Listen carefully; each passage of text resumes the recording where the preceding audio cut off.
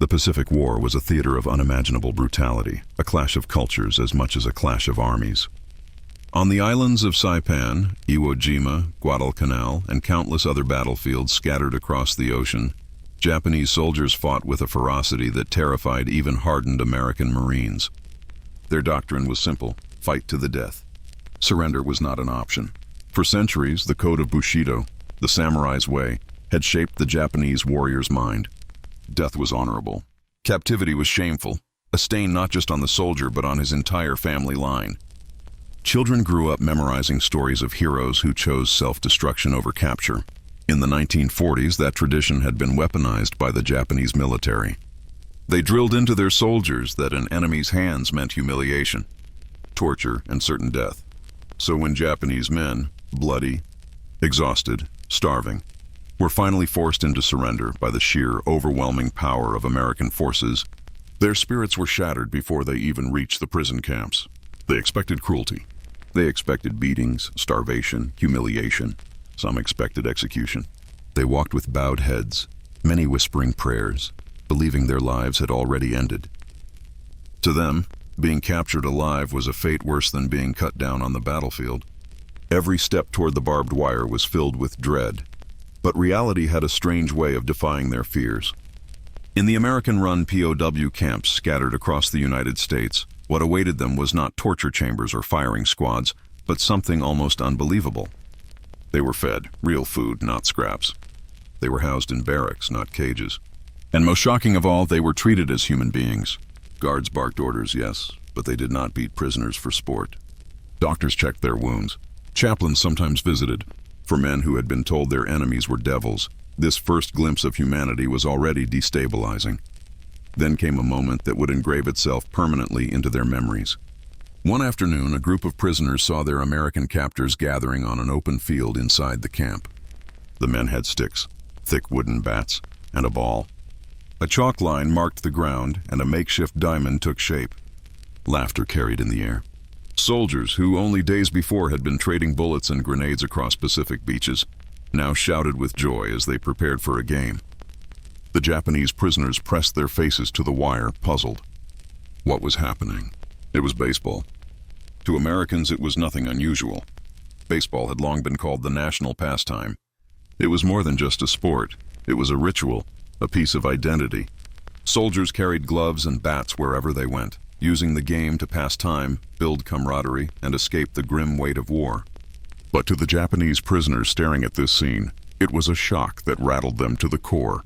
Baseball was not unknown to them. In fact, Japan had its own baseball tradition. By the 1930s, the sport was wildly popular among Japanese students, athletes, and even the military. But the way they approached it was different. In Japan, baseball had been turned into a tool of discipline and nationalism. Players trained endlessly, pushing their bodies to exhaustion, proving loyalty through sweat and sacrifice. The game was rigid, militaristic, almost joyless in its intensity. For Japanese youth, baseball symbolized endurance, collective spirit, and obedience. So when these captured soldiers watched Americans play, they expected to see the same. But what they witnessed instead was something alien. Americans played with ease. They joked with one another. They teased pitchers for bad throws, clapped backs after good swings, and erupted in cheers for home runs. The game was not a grim duty here. It was fun. It was freedom. And soon enough, the unthinkable happened.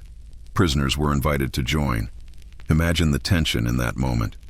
A Japanese soldier, who only days before had sworn to die rather than submit, now standing uncertain on a baseball field with a wooden bat in his hands. On the mound, an American soldier grinned as he wound up for the pitch. Around them, other prisoners and guards alike gathered to watch. The ball flew, the bat cracked, and the game unfolded. No one cared that they were enemies. For that brief hour, all that mattered was the swing, the catch, the run to first base. For the prisoners, this was not just a game. It was a revelation. They had been told Americans were cruel, decadent, incapable of discipline. Yet here they saw men who were strong, confident, and laughing in the face of hardship. How could this be? How could their propaganda have been so wrong? The simple act of throwing a ball was dismantling years of indoctrination. Food added to the shock. In camp mess halls, Japanese prisoners tasted things they had only heard of. White bread, canned beef, hot coffee, even Coca-Cola on rare occasions. On the front lines, many had been starving, forced to eat roots or insects. Now, inside the enemy's prison, they were being fed better than they had been in their own army. Some felt guilt. Some felt gratitude. Most felt confusion. Baseball became the center of camp life. It was not long before Japanese prisoners began organizing their own teams. They scavenged uniforms, fashioned gloves, and held matches between barracks. Guards sometimes joined, sometimes just watched. The field became a space where the barbed wire fences and machine gun towers faded into the background. For 90 minutes, men who had once sworn to kill each other were just players. What they didn't realize at first was how deeply this experience was changing them. Baseball was breaking down barriers faster than any lecture or pamphlet could. It was a universal language, a way of saying, we are not monsters, we are not devils, we are people. And for the Japanese prisoners, that realization planted seeds of doubt in everything they had believed. The first part of their captivity was not about survival anymore. It was about rethinking reality. Could the enemy truly be this different from what they had been told?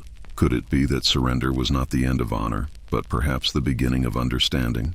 Questions haunted them as they lay in their bunks at night, replaying the sound of a bat cracking against a ball, the roar of laughter from men in American uniforms, and the strange but undeniable warmth that came with it. The game had begun, and so had the slow unraveling of everything they thought they knew. Life inside the prison camps began to settle into a strange rhythm. For men who had marched into captivity expecting torment, the daily routine felt almost unreal. They woke up in barracks that, though plain and cold, were still sturdy roofs over their heads. They lined up for meals where trays carried more food than they had seen in months on the battlefield. And always in the background, the laughter of baseball drifted through the fences, carried on the wind like an echo of a world they never thought existed. At first, most prisoners resisted. They sat quietly, refusing to join the games, convinced it was some trick. They told one another it was a test, that the Americans would humiliate them the moment they stepped onto the field. Many were haunted by shame. Back home, their families had been taught that surrender was the lowest disgrace. To laugh and play with the enemy, wasn't that a second betrayal? The weight of Bushido pressed heavy on their shoulders, but the Americans had patience. They didn't force participation. They simply played every afternoon, inviting the prisoners with casual gestures, smiling as though the barbed wire and the war outside didn't exist. Slowly, curiosity began to overcome fear. One by one, Japanese prisoners drifted closer to the diamond. A glove was tossed through the fence. A bat was handed over. A soldier waved them in. It began with cautious steps like men crossing a bridge of glass. And then, almost suddenly, they were running bases, shouting and laughing louder than they had in years. The transformation was startling. These were the same men who, on Pacific beaches, had charged into machine gun fire without hesitation, fueled by rage and desperation. Now, in America, they were chasing fly balls and sliding into home plate, their faces lit with joy. The contrast was jarring, even for themselves. They could not explain why it felt so natural, so liberating. Perhaps it was because baseball was already part of their culture back home, but here it had been stripped of militarism. It was no longer about proving loyalty or crushing weakness. It was just a game, and the Americans treated it that way too. The guards would slap prisoners on the back after a good play. They would laugh with them at mistakes. Rivalries formed, not between nations, but between teams. In the evenings, prisoners argued over who would pitch tomorrow, who had the best swing, who was the camp's fastest runner. For the first time since their capture, life carried anticipation instead of dread. Yet beneath the surface, something more profound was happening. Baseball was quietly reshaping the way these men thought about their captors. They had been raised to believe that Americans were soft, spoiled, incapable of discipline. But when they watched the way American soldiers played, how they practiced, strategized, and competed with focus, they saw something else. These men were not weak. They were confident. They had a spirit that was hard to define, a kind of light-hearted strength. It was different from Japan's grim determination, but it was strength nonetheless. The meals reinforced this impression. Every day, the prisoners ate better than they had during their final campaigns. Bowls of soup, bread, vegetables, even meat appeared regularly. The first time they were served coffee, Many sniffed at the dark liquid suspiciously, then tasted it with wide eyes. It was bitter, strong, and strangely energizing. Soon they looked forward to it. And when Coca-Cola was handed out as a treat, it was like tasting something from another planet.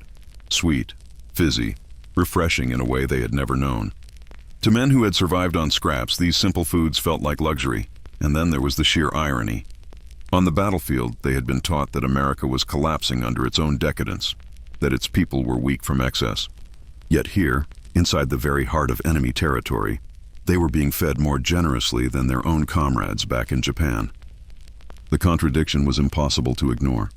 It gnawed at them in quiet moments. Could everything they had been told really be a lie? The more they played, the more they realized that baseball was a kind of language. No translator was needed to understand the thrill of hitting a ball or the agony of missing a catch. Laughter needed no words.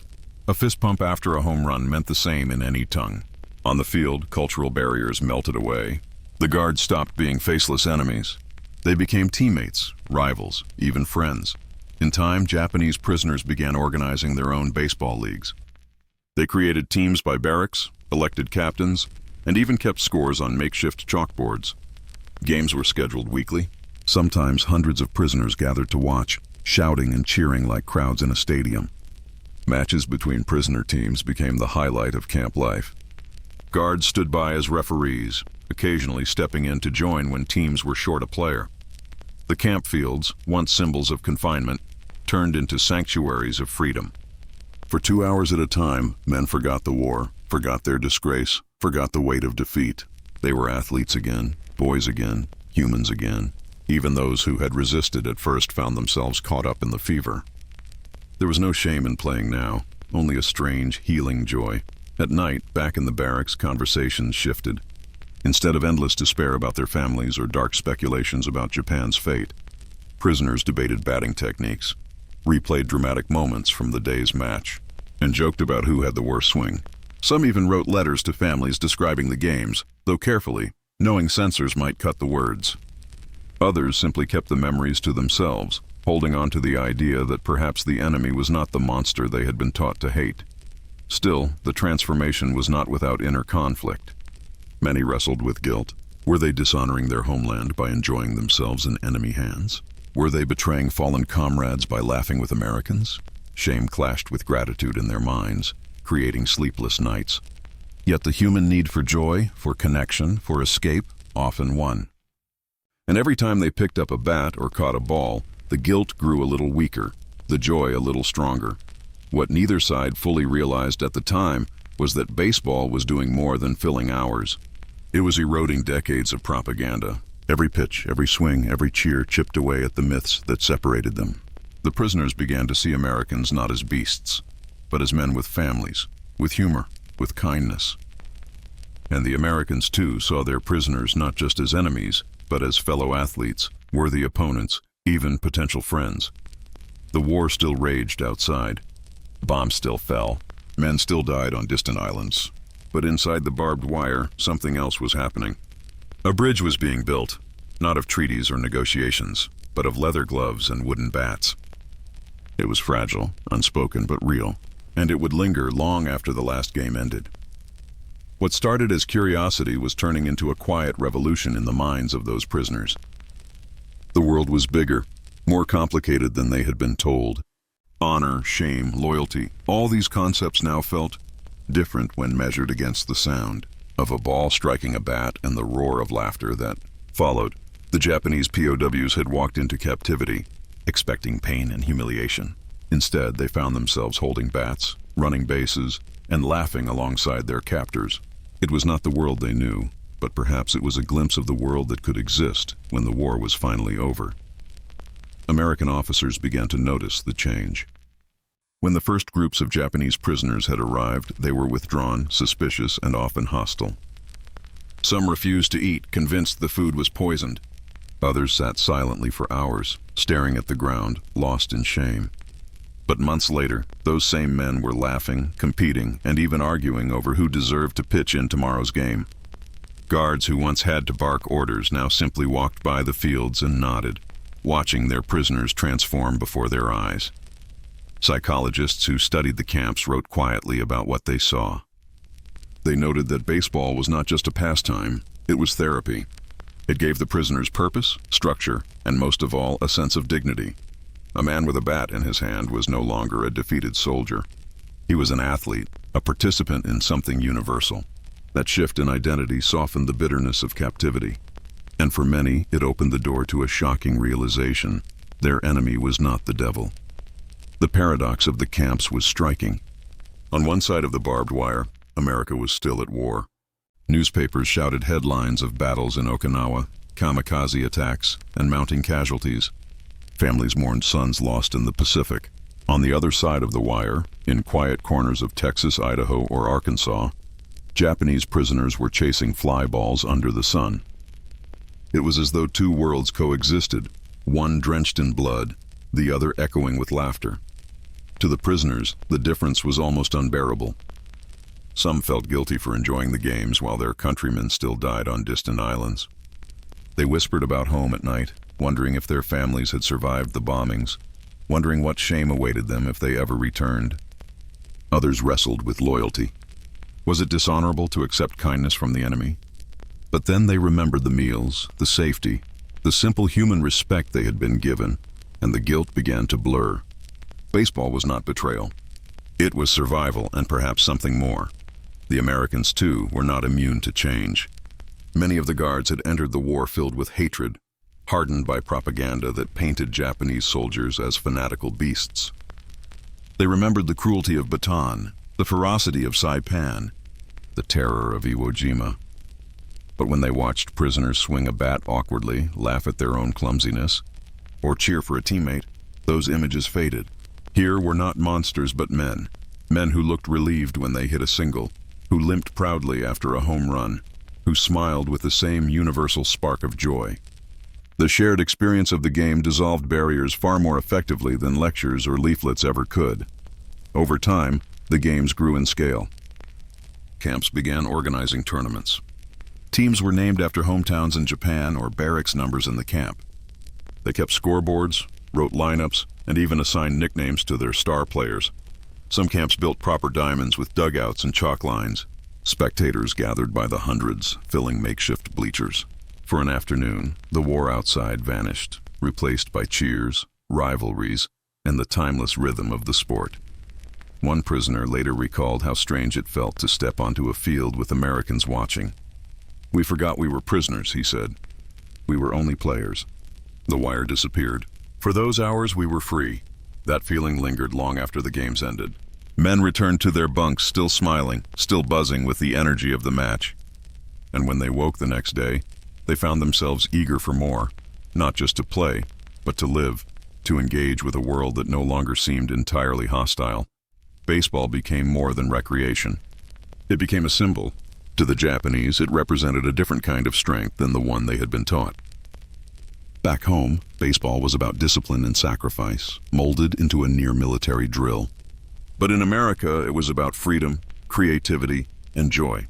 Strength did not come from suffering alone. It could also come from laughter, from teamwork, from the courage to simply enjoy life. This realization unsettled them.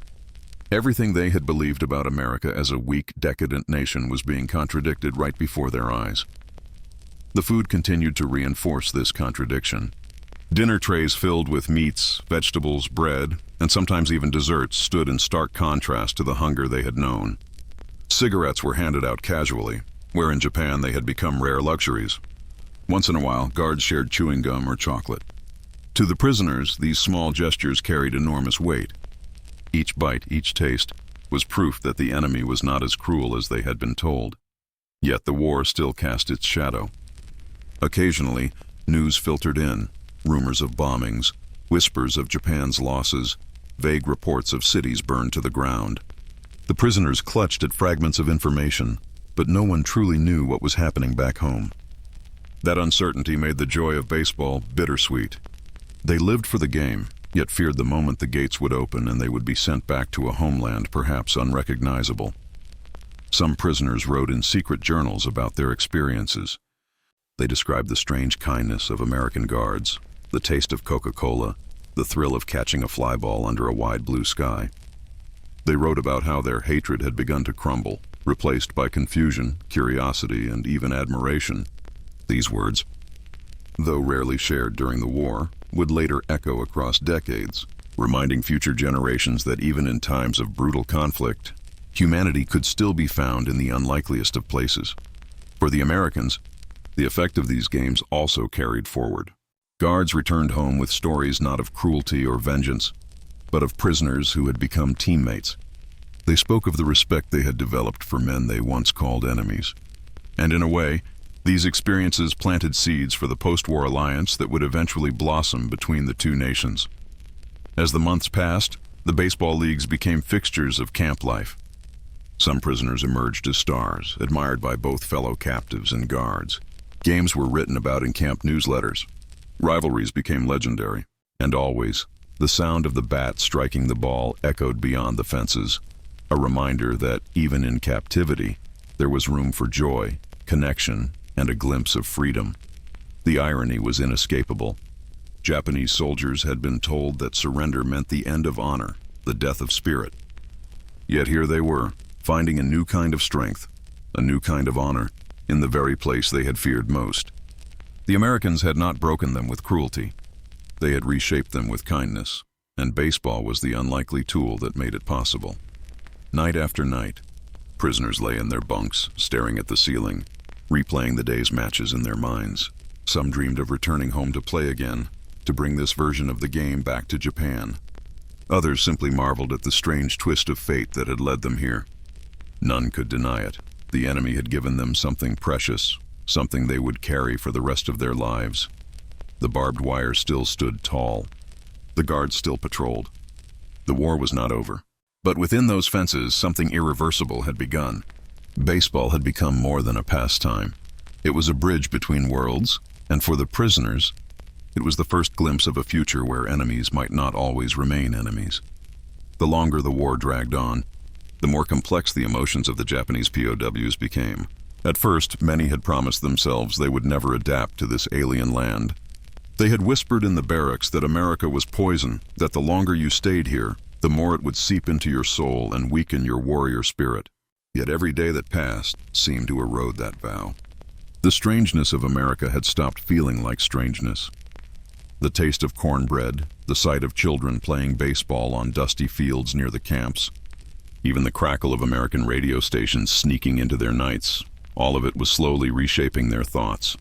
They would never admit it openly, not even to themselves at first, but some prisoners began to feel something like envy.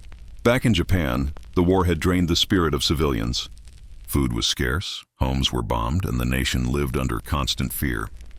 Here, in the land of their enemies, life seemed, if not luxurious, then at least steady, organized, even comfortable.